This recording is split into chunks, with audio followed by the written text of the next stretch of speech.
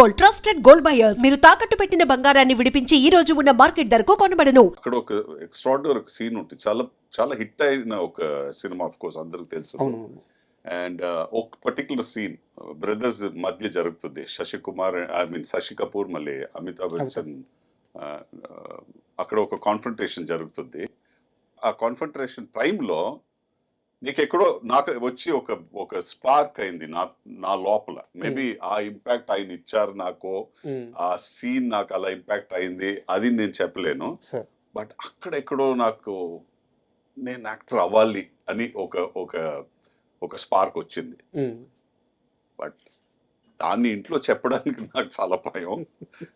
ఎందుకంటే మా నాన్న ఓకే, బట్ మా అమ్మ వచ్చి అస్సలు ఒప్పుకోదని తెలుసు నాకు. సో ఆ స్పార్క్ని అలాగే లోపలే పెట్టుకొని నడుస్తూ వెళ్ళా. బట్ స్కూల్లో వచ్చి నేను థియేటర్ చిన్న చిన్న ప్లేస్ అని పార్టిసిపేట్ చేస్తే అది ఒక స్టేజ్లో ఒక అప్లాజ్ ఉంటుందిగా మీరు చేసేటప్పుడు, అది మీకు ఇంకా ఒక బూస్ట్ ఇస్తుంది.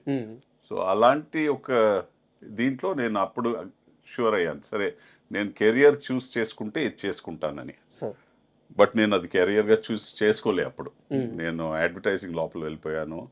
దాంట్లో ఒక 13-14 years దాంట్లో పని చేసిన తర్వాత ఒక రోజు సినిమా వచ్చింది. ఇప్పుడు కళమ్మ తల్లి అంటారు సార్, అంటే ఏ ఇండస్ట్రీ అయినా ఆ కళ ఒక మంచి నటుడిని వదిలిపెట్టదు. మీరు ఎటు వెళ్ళిపోయినా సరే లాగద్ది, తీసుకొచ్చుకుంటుంది. ఆ అమ్మ అంటే ఒక తల్లి బిడ్డనట్టయితే అక్కుని చేర్చుకుంటుందో, ఇంత గొప్ప నటుడిని ఏ ఇండస్ట్రీ కానీ సినిమా వదులుకోలేదు కదా, మీరు అలాగే మళ్ళీ తిరిగి వచ్చారు. Thank you. అండ్ మామూలుగా ఎవరైనా 10th class పాస్ అయ్యారనుకోండి, పిల్లలు సైకిల్ కొనిస్తారు, లేకుంటే వాడికి ఏదైనా సినిమాకి తీసుకెళ్తారు, మంచి ఫుడ్ కొనిస్తారు. మీ ఫాదర్ ఎందుకు బీరు పోపించారు? ఎందుకంటే ఇప్పుడు అందరు చేసేదేగా టీనేజ్లో, కాలేజ్ వెళ్తే ఫస్ట్ నేర్చుకున్నదే ఇలాంటిదే. ఫ్రెండ్స్తో కలిసి కొంచెమంది ఉంటారు అది చేయరు కాలేజెస్లో. బట్ ప్రిడామినెంట్లీ జనరల్గా చూస్తే పర్సంటేజ్ ఇలాంటి సిగరెట్లు కానీ బియర్లు కానీ ట్రై చేస్తారు. నా నాన్నగారు లాజిక్ ఏముందంటే, నువ్వు ఇది ఎలాగో చేస్తావు, నువ్వు దాన్ని బాధపడకుండా ఎక్కడో చోట్లో అలా దాచుకొని చేయాల్సిన నీకు ఇది అవసరం పడదు. నేను నీకు ఆఫర్ చేస్తున్నా, బట్ దీన్ని నువ్వు ఎలా కంట్రోల్లో చేస్తావు అది నీ మీద ఉంది. నేను నీకు సలహా ఇవ్వచ్చు, నేను నీకు ఒక డైరెక్షన్ ఇవ్వచ్చు, బట్ దాన్ని నువ్వు నీ లైఫ్లో అప్లై చేసుకుంటే అది నీకు బాగుంటుంది. సో నేను ఇప్పటి నుంచి నిన్ను ఒక ఫ్రెండ్ లాగా చూసుకుంటా, అండ్ నువ్వు నాతో అన్ని షేర్ చేయవచ్చు, అన్నీ మాట్లాడవచ్చు. సో నువ్వు నెక్స్ట్ స్టేజ్లో నా జీవితంలో వచ్చావు అని చెప్పి నాకు బియర్ ఇస్తున్నారు. ఆ రోజు ఈవినింగ్ మా అమ్మ చెప్పింది, జనరల్గా లైఫ్లో వచ్చి అందరూ బయట వెళ్ళి చెడిపోతారు, ఈ ఇంట్లో వచ్చి నాన్న వచ్చి తన బిడ్డల్ని అతన్నే చెడగొడుతున్నాడు. బట్ నాకు నన్ను అడిగితే ఈరోజు మీరు యాక్చువల్లీ నాకు ఒక ఎక్స్ట్రాడినరీ ఒక ఎక్స్పీరియన్స్ దొరికింది అప్పుడు. ఎందుకంటే నేను ఏది దాచిపెట్టలే మా పేరెంట్స్తో. అండ్ నాకు వచ్చి ఎక్కడైనా వెళ్ళి ఊరు వదిలేసి ఎక్కడైనా పార్టీ చేసుకోవాలి అలాంటి ఒక మైండ్ సెట్ రాలే. ఎందుకంటే నాకు ఫ్రీడమ్ అంత ఉంది. సో నేను ఆ ఫ్రీడమ్ని ఎప్పుడు మిస్యూజ్ చేయలే. నేను ఆ సేమ్ ఫ్రీడమ్ని నా కూతురికి ఇచ్చా. సూపర్. అంతే. అది నేను నేర్చుకున్న పెద్ద ఒక లెసన్ లైఫ్లో. మీరు నేర్చుకున్నది కాదు, మీ నాన్నగారు నేర్పించింది. అదే నేర్పించింది, నేను నేర్చుకున్నా. అంత గొప్ప ఫాదర్ దొరకడం అదృష్టం కదా. అవును, 100%. అండ్ మీ ఫస్ట్ మూవీకి వచ్చేసలేకే ఏదో కన్నడ సినిమాకి ఆడిషన్ ఇవ్వడానికి వెళ్ళాను అని చెప్పారు. అండ్ ఆ టైంలో అంటే మీరు ఇదివరకు ఒక ఇంటర్వ్యూలో చెప్పిందే నేను అడుగుతున్నాను. ఆ టైంలో డివోర్స్ కొంచెం ఇబ్బంది పడి కళ్ళంతా లోపలికి వెళ్ళిపోయి చాలా బాధపడుతున్నాను. వాళ్ళకి అలాంటి క్యారెక్టరే కావాల్సి వచ్చింది. 13-14 kgs తగ్గాను నేను అప్పుడు ఈ ప్రాసెస్లో. సో వాళ్ళు వెతుకుతున్న క్యారెక్టర్ అలాంటి క్యారెక్టర్ కావాల్సి వెతుకుతున్నారు అండి. సార్, అంటే ఇక్కడ నా క్వశ్చన్ ఏంటంటే, మీరు చాలా ఇంటర్వ్యూలో చెప్తూ మీ డివోర్స్ ప్రాసెస్ అనేది చాలా స్మూత్గా జరిగిపోయిందని చెప్పారనమాట. బట్ అలా వెయిట్ తగ్గిపోయి కళ్ళు లోపలికి వెళ్ళిపోయి ఫిజికల్గా అంత స్ట్రగుల్ అవుతున్నారు, మెంటల్గా కూడా స్ట్రగుల్ అవుతున్నారు. డివోర్స్ ఇష్యూ స్మూత్గా క్లోజ్ అయినప్పుడు మీరు దేనివల్ల అంతలా బాధపడ్డారు? నాకు అది వద్దని చెప్పి నేను డివోర్స్ ఎలా హ్యాండిల్ చేయాలని తెలియకుండా నేను బాధపడింది.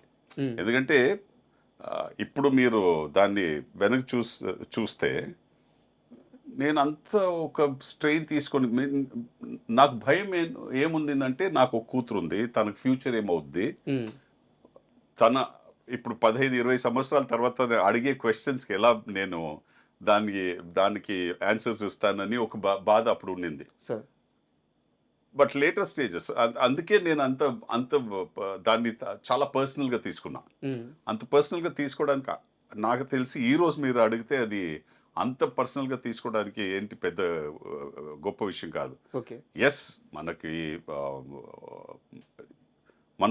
మన సపరేషన్ వచ్చి ఇద్దరు మనకి ఒకరికొకరు నచ్చలేదని లేదు. ఉమ్, మన 2 డిఫరెంట్ పీపుల్.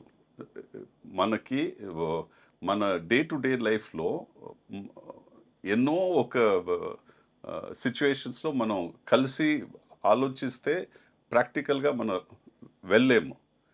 అప్పుడు ద బెస్ట్ సొల్యూషన్ ఇస్ మీరు మీ లైఫ్ డైరెక్ట్ మీరు ఎలా కావాలో అలా వెళ్ళడం.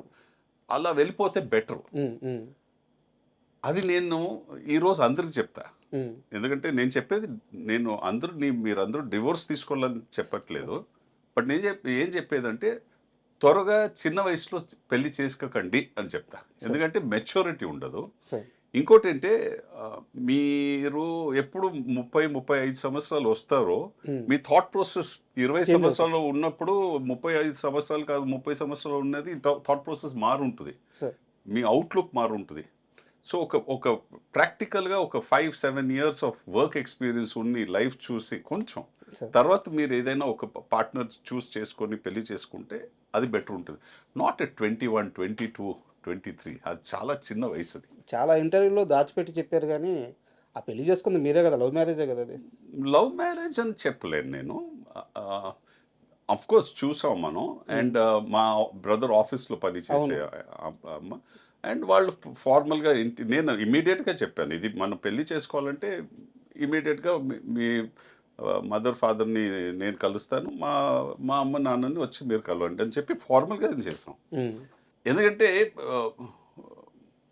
ఇప్పుడు చేసుకోవాలని డిసైడ్ అయిపోయాం, మళ్ళీ ఎందుకు తిరగడం, చేసుకోవచ్చుగా. అదే ప్రాక్టికల్గా చేసేది. బట్ నేను కొంచెం పొరపాటు పట్టాను, కొంచెం అర్లీ చేసేసుకున్నాం. సార్ అంటే యాక్చువల్గా ఒక 200 సినిమాలు చేస్తుంటారు సార్.